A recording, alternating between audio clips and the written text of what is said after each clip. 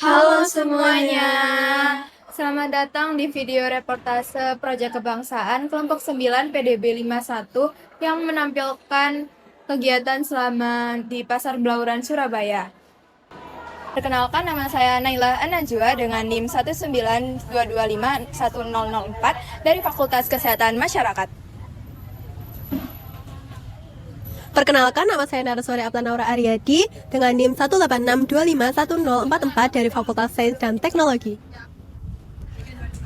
Perkenalkan, nama saya Muhammad Gali Khalid dengan NIM 166251002 dari Fakultas Teknologi Maju dan Multidisiplin, Prodi Teknik Elektro. Perkenalkan, nama saya Muhammad Pasya Atarsyah dengan NIM 111251151 dari Fakultas Kedokteran. Perkenalkan, saya Keize Putri Arimatea dengan NIM 177251058 dari Fakultas Ilmu Sosial dan Ilmu Politik. Perkenalkan, saya Kinanti Almira Putri dengan NIM 141251043 dari Fakultas Ekonomi dan Bisnis. Halo, perkenalkan, nama saya Devi Anindya dengan NIM 007251075 dari Fakultas Vokasi. Halo, perkenalkan, saya Theodora Valentina Ulito Gatorop dengan NIM 186251045 dari Fakultas Sains dan Teknologi.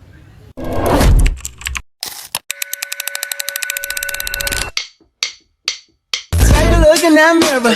Now tell me who's the fairest? Is it you? Is it you? Is it me? Is it me? Say it's us, and I'll agree, baby. Jump in the Cadillac, girl, is this somebody? Pasar tradisional Blauran Surabaya merupakan salah satu pasar legendaris yang sudah lama menjadi pusat aktivitas ekonomi, interaksi sosial, dan pelestarian kearifan lokal masyarakat. Namun, di tengah pesatnya perkembangan pusat perbelanjaan modern, pasar ini menghadapi tantangan dalam mempertahankan kenyamanan fasilitasnya. Sebagai bagian dari kearifan lokal, pasar tradisional menyimpan nilai-nilai budaya yang tidak ditemukan di pusat perbelanjaan modern, mulai dari cara pedagang menyapa pelanggan, proses tawar-menawar, hingga keberagaman kuliner dan produk lokal yang mencerminkan identitas masyarakat. Sebagai ruang ekonomi rakyat, Pasar Blauran menyediakan beragam produk lokal dan kuliner tradisional yang menjadi identitas budaya masyarakat Surabaya. Di balik kekayaan budaya tersebut, masih terdapat sejumlah fasilitas yang belum optimal dan perlu mendapatkan perhatian lebih. Berdasarkan hasil observasi lapangan, terdapat beberapa permasalahan fasilitas yang cukup menonjol. Kebersihan di beberapa area belum terjaga dengan baik. Ventilasi dan sirkulasi udara di dalam pasar juga terbatas, sehingga membuat suasana terasa panas dan kurang nyaman. Selain itu, penataan kios yang padat serta lorong yang sempit menghambat mobilitas pengunjung.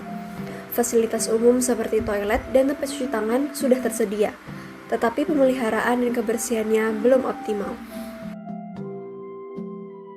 Pantauan langsung menunjukkan bahwa aktivitas jual beli berjalan cukup ramai, terutama pada pagi dan siang hari. Namun, kondisi lorong yang padat, penempatan barang yang tidak teratur, serta penjayaan di beberapa titik membuat pengalaman berbelanja menjadi kurang nyaman. Hal ini menjadi salah satu alasan menurunnya minat generasi muda untuk berkunjung ke pasar tradisional. Melalui wawancara singkat, para pedagang menyampaikan bahwa kunjungan pembeli tetap ada karena hubungan sosial yang telah terjalin lama. Keakraban antara pedagang dan pembeli menjadi ciri khas pasar tradisional yang tidak ditemukan di pusat perbelanjaan modern. Sementara itu, beberapa pengunjung menilai harga yang terjangkau dan keberagaman produk lokal menjadi alasan utama mereka tetap memilih pasar ini, meskipun fasilitasnya belum memadai. Namun, di tengah derasnya perkembangan pasar modern, pasar tradisional berisiko tertinggal jika tidak beradaptasi. Penurunan jumlah pengunjung akan berdampak pada turunnya pendapatan pedagang, dan lebih jauh lagi, mengancam hilangnya nilai budaya lokal yang hidup di dalam pasar. Generasi muda pun berpotensi semakin jauh dari tradisi pasar rakyat jika tempat ini tidak lagi relevan dan menarik. Hasil kuesioner mahasiswa menunjukkan bahwa pasar tradisional masih memiliki daya tarik budaya yang kuat. Responden menilai bahwa pasar tradisional penting sebagai ruang pelestarian kearifan lokal. Namun, mereka juga menekankan perlunya peningkatan fasilitas, terutama pada aspek kebersihan, ventilasi, penataan ruang, dan penyediaan pembayaran digital untuk menunjang kenyamanan berbelanja. Pasar Blauran bukan hanya tempat jual beli, tetapi juga ruang pelestarian kearifan lokal. Tawar-menawar, sapaan khas pedagang, hingga kuliner tradisional yang dijual merupakan bagian dari budaya yang terus hidup di tengah masyarakat. Praktik ekonomi rakyat ini mencerminkan hubungan sosial yang kuat, kepercayaan, dan kerjasama yang menjadi ciri khas budaya lokal. Dengan hadirnya pusat perbelanjaan modern hingga digitalisasi ekonomi, pasar tradisional perlu beradaptasi. Tanpa inovasi dan peningkatan fasilitas, pasar dapat kehilangan daya tarik, terutama di kalangan generasi muda yang mengutamakan kenyamanan, keamanan, dan sistem pembayaran yang praktis.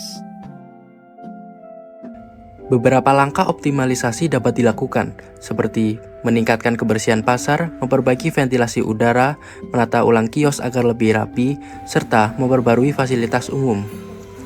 Penerapan infrastruktur pembayaran digital juga menjadi kebutuhan penting agar pasar tradisional lebih ramah bagi generasi muda.